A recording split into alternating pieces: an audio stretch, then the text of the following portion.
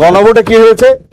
জুলাই জাতীয় সনদে যেটা সমঝোতা হয়েছে 4 খান প্রশ্নের মধ্যে 3.5 খান আমরা মানি, আর আধা খান যে কোশ্চেন, সেই কোশ্চেন তো সংবিধানের উপর হাত দিয়েছে একটা অবৈধ আদেশ প্রণয়নের মধ্যে দিয়ে। সেটা তো void ab initio, it is now pending with the judiciary. তারা কি বলে দেখি।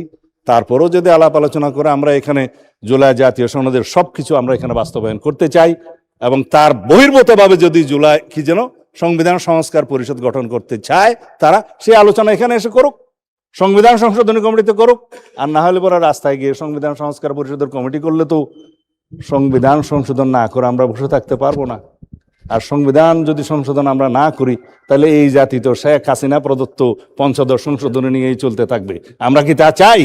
আমরা অবিলম্বে ইনশাআল্লাহ এই সংবিধান সংশোধনী কমিটি গঠন করা হয়েছে, আমরা বৈঠক করব এবং এই জাতির শ্রেষ্ঠ সন্তানদের সাথে আমরা আলোচনা করব, স্টেক হোল্ডারদের সাথে আলোচনা করব, জুডিশিয়ারির সাথে আলোচনা করব, আইনজীবীদের সাথে আলোচনা করব, সুপ্রিম কোর্ট বার অ্যাসোসিয়েশনের সাথে আলোচনা করব, আমাদের পত্রিকার সমস্ত সম্পাদক এবং ডিজিটাল আর প্রিন্ট মিডিয়ার সমস্ত সম্পাদকদের সাথে আমরা আলোচনা করব, অন্যান্য স্টেক হোল্ডার বুদ্ধিজীবীদের সাথে আলোচনা করব, সংবিধান সংসদ বিশেষজ্ঞদের সাথে আলোচনা করব, জুলাই জাতীয় সনদ প্রণীত হয়েছে যে সমস্ত রাজনৈতিক দল স্বাক্ষর করেছে তাদের সাথে বসে আলোচনা করব, সংসদে আলোচনা করব, বৈঠক করব, তারপর আমরা সুপারিশ প্রণয়ন করব, তারপরে এই মহান জাতীয় সংসদে সংবিধান সংশোধনী 14তম সংবিধান কি এটা 18তম হবে, 18তম সংবিধান সংশোধনী বিল ইনশাআল্লাহ এখানে উত্থাপিত হবে।